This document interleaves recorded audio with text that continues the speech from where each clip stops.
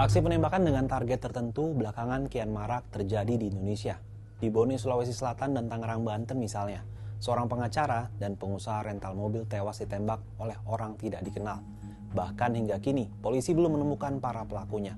Lantas apa penyebab maraknya aksi koboi jalanan ini? Apakah ada indikasi menurunnya kepercayaan masyarakat terhadap penegakan hukum di Indonesia? Kasus penembakan pengacara Rudy Esgani terjadi pada Selasa 31 Desember 2024 sekitar pukul 21.00 WITA di Bone. Saat itu korban bersama keluarga sedang berkumpul dan makan bersama. Peluru yang ditembak dari arah halaman rumah mengenai bagian wajah dan membuat korban tewas di lokasi kejadian. Hingga saat ini kepolisian setempat masih memburu pelaku penembakan.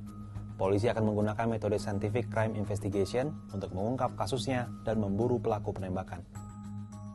Kami belum bisa mengungkapkan di sini. Siapapun yang akan kami periksa terkait dengan ada hubungannya atau ada informasi yang dapat diberikan kepada kami akan melakukan pemeriksaan. Belum juga kasus penembakan di Bone terungkap, kasus penembakan gelap serupa juga terjadi di rest area kilometer 45 Tol Tangerang Merak, Banten. Pengusaha rental mobil Ilyas Abdurrahman jadi korban penembakan di rest area saat sedang melacak kendaraannya yang disewakan. Ilyas meninggal dunia akibat terkena tembakan di dada, sementara rekannya, Ramli Abu Bakar, kritis dengan luka tembak di punggung kanan tembus tangan kiri.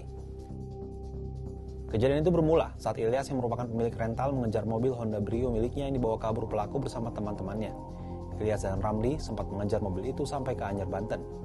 Kemudian menjelang subuh mereka melihat Brio itu berada di parkiran rest area kilometer 45 Tol Tangerang Merak. Ilyas menghampiri para pelaku yang berada dalam mobil Brio dan mobil Daihatsu Sigra warna hitam.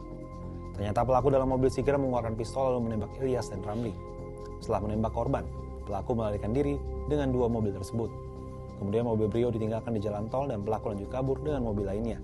Pelaku juga sempat mengaku sebagai aparat. Pelaku penembakan diduga berjumlah 4 orang dan diduga bukan penyewa langsung mobil korban. Polisi masih menyelidiki lebih lanjut terkait motif penembakan serta bagaimana kendaraan yang disewakan korban bisa berpindah tangan kepada pelaku. Dilakukan oleh pelaku, ini langsung mengeluarkan tembakan peringatan 2 kali, kemudian selebihnya mengarah kepada korban. Sehingga hasil dari penembakan itu mengenai korban, yang mengakibatkan korban ini 1 orang meninggal dunia pada saat dibawa ke rumah sakit. Kasus koboi jalanan ini pun tentu mengkhawatirkan publik, seolah keamanan masyarakat tak lagi terjamin. Pertanyaannya, apakah maraknya kejahatan jalanan ini berkaitan dengan menurunnya kepercayaan masyarakat terhadap penegakan hukum di Indonesia? Berdasarkan hasil survei Kompas Juni 2024, tingkat kepuasan pada bidang penegakan hukum ada di angka 57,4%, atau sedikit menurun dibandingkan dengan capaian pada survei Desember 2023, yakni 58,3%. Penilaian ini menunjukkan publik melihat belum ada perkembangan luar biasa dalam upaya pemerintah untuk memperbaiki kinerja di bidang penegakan hukum. Dalam survei juga terekam kepuasan publik dalam penuntasan kasus hukum seperti perampokan, pembunuhan, narkoba, dan perjudian hanya mencapai angka 56,1% atau turun dari sebelumnya 56,8% tahun 2023. Kriminolog Universitas Indonesia Adrianus Meliala mengatakan maraknya aksi penembakan dianggap sebagai bentuk kegagalan dari pihak kepolisian dalam rangka membaca pergerakan para pelaku kriminalitas.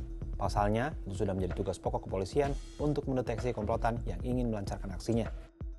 Adrianus melihat pihak kepolisian juga kurang melakukan aksi preventif atau pencegahan, agar aksi bengis dari pelaku kejahatan tak terjadi. Menurutnya, sekarang polisi lebih banyak bereaksi setelah aksi perampokan atau pencurian memakan korban jiwa. Selain itu, aparat kepolisian juga kurang memperhatikan pemain-pemain lama yang sudah mulai aktif kembali untuk melakukan aksi kriminal. Dengan begitu, mereka bisa dengan mudah melancarkan praktik kebengisan di jalanan. Maraknya kasus penembakan gelap ini tentu mesti menjadi perhatian khusus bagi kepolisian. Kasus-kasusnya harus segera diungkap sehingga para pelakunya bisa ditangkap dan dihukum setimpal hingga menimbulkan efek jerah. Lebih dari itu, rasa aman di masyarakat wajib dipulihkan jika polisi ingin mendapat kepercayaan yang besar lagi. Kalau menurut sahabat Kompas, apa kira-kira yang jadi penyebab masih maraknya aksi koboi jalanan di negara hukum seperti Indonesia ini?